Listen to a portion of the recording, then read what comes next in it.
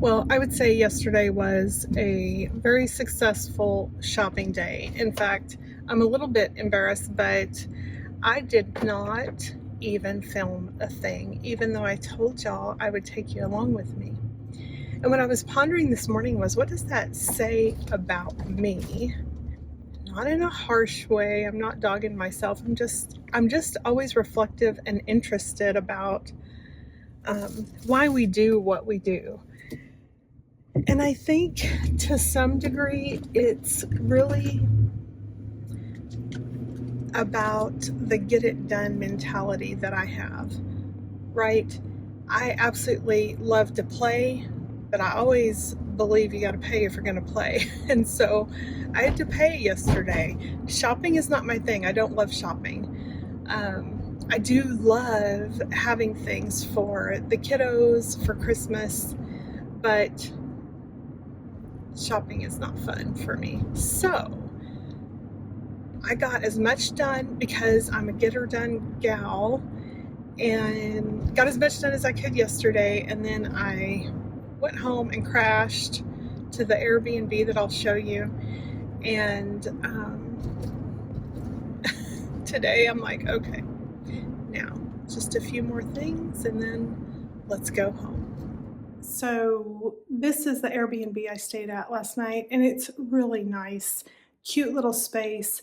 I'll show you the outdoor. It's a different configuration than I'm used to, but maybe it's normal in other places. I don't know. So it was a 2-bedroom, 2-bath, but honestly, it was cheaper than a hotel room. So why not stay in a place that I've got all this space?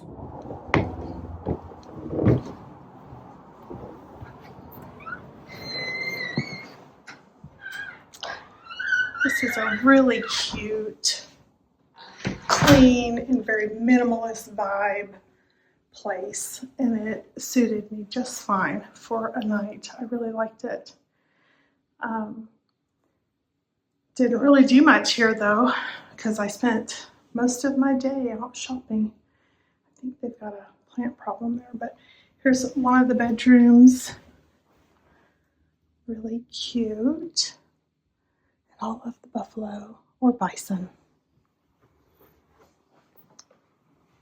Nice kitchen, bathroom in here, and then nice spacious bedroom with sunshine gleaming in.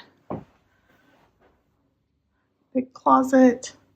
So I think if you were going to come and stay for like, a longer period of time, this would be a really great space to be in. All right, so it's checkout time and I'm headed out. It's only been one night. That's okay. That's all I needed. I'm ready to get home. I've got a final couple of stores to go to. I'm gonna take my hard-boiled eggs I got last night for today and my coffee. I did make my nice coffee in my this Starbucks cups last forever. I don't even go to Starbucks anymore, but I used to be a fanatic. So anyway, but I've got lots of them, and I bring my Christmas tree one out every. Okay, so let me show you what this looks like. It's an interesting place for me. Most of where I've lived in my life, because there are people that are full-time here. I saw tons of cars and there's folks out here. Let me get down these steps. But it's like this big, these wouldn't be called tiny homes, but it's like this big courtyard community. And then over there are just, probably more like condos or townhomes. These are all single dwellings, but they're really close to each other, and they have this courtyard. I don't know, kind of interesting.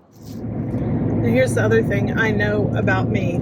I do not love big cities. I've lived in them, but I try to avoid them at all costs. But unless you want to order everything online, you got to go to a little bit bigger city usually to find the things you're looking for. But it does stress me out. And one of the things that is so beautiful in retirement is I don't typically have to go to the big city. And if I do, I can go on a Tuesday at about 10 in the morning and nobody's out and about, and that's a good thing. All right, I'm sitting here gathering thoughts, gathering the energy I'm going to need to get back on the road. That was about 3 more hours of shopping, which is fine. No, it was 2 hours and 20 minutes. Not too bad. But I think I have everything I need for Thanksgiving and for Christmas, including food stuff and gifts. I may have 1 or 2 that I'll need to order online that I couldn't find, but otherwise I think we're good. And I am more than excited about that. You know, when I started this YouTube channel, it was really about documenting my story, figuring out what I was going to do after retirement. It gave me something to do, to be honest, but it also was something that I thought my kids and grandkids might like to see later in life. I've shared before that I lost my mom at a very early age, and so I have very few pictures and certainly no talking movies of her. I do have some audio of my dad, but he died at 59, and so if I die at 59, which is 2 years from now, then I'd love for my kids and my grandkids to have something that they could enjoy listening to.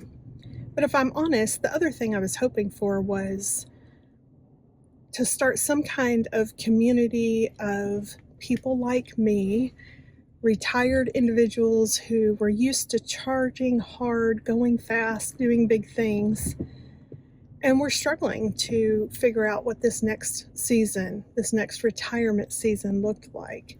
And I think we've gathered a few folks here. I know not everyone relates to this, but one of the things that some people bring is some calmness to us to go, it's going to be all right. I've already been where you are. I've been retired for 10 years. I promise you, once you get through the first year or 2, which actually I love having that timeline, and it's probably going to be different for all of us, but it actually helps me to go, you're exactly where you're supposed to be right now, Kim. This is just a season of change. This is my sabbatical season. You know, we're all on a journey of life, and some roads are a little rocky. Some are a little more smooth, some go really fast, some go really slow because there's lots of traffic like there is today. This is the Friday before Thanksgiving, so I'm sure there's going to be tons of folks out and about getting some things done. They're thinking that they're getting in before those crazy people on Wednesdays. I'm not sure. We may have messed it up. You know, it's interesting when seasons don't align the way that you expect them to. For instance, I'm in Montana today. It's in its mid-60s. It should definitely be cooler than this in mid to late November, but here we are. But if we've been through seasons of life, we know how to pivot, how to change, how to be prepared for a jacket or taking off a jacket, all of those things, right? I think the same is true in seasons of our life. And so right now, I'm in my retirement season, and I didn't know exactly what it would look like, but I probably didn't have a vision that it would be like this, that I would be as restless as I have been. And so it's an interesting thing to work through, and I think that we can work through things better when we've got community to help us. You know, the other day my husband said, Kim, you're like an 18-wheeler barreling down the highway with a full load on the back whose transmission just dropped out. And you don't know what to do with that load on the back, and that load being my energy, my desire to do something. And I don't want to get back in the 18-wheeler. I don't want to go fix that and go do that. I want some other vehicle, some other mechanism to put my energy into. And so right now in this sabbatical season, it's really just about trying different things. Right now I'm in the micro adventure try. This shopping trip to Billings I thought would be a little micro adventure, but the truth is I don't love shopping. And so I think, and I already knew that, but I do love getting it all done ahead of time. So that is a gift in retirement, that I'm gonna have plenty of time to rest between now and Christmas when the real chaos takes place. Well, I decided to make a quick stop to look at the Yellowstone River. Now, the interstate is not very far back there, and so it's nice to be able to find little spots of peace, a little respite spot maybe. Oh, it looks like somebody's gonna go jet ski.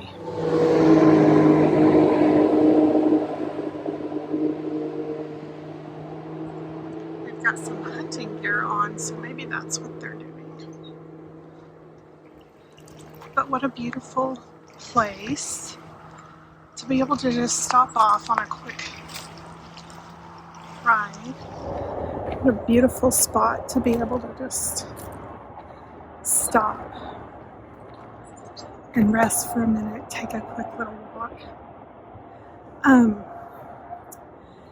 going to have to go back and remind myself again about Lewis and Clark and all the expeditions. You know, when folks were coming out west, they had that pioneering spirit. They were excited to go discover something new. And I think I don't want to go discover something new like they did, but I think that might be a little bit of what's stirring in my heart.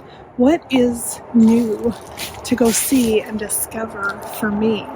And it doesn't have to be profound. I don't have to survey the West or take months-long trips to go find a new world, right? I don't think there's any left. Well, I guess if you want to go to space, maybe Elon would take me to space. But otherwise, I think there's something stirring in my heart to go see something new. And I might be able to do that with a micro adventure, or I may have to take off and go see some of the world.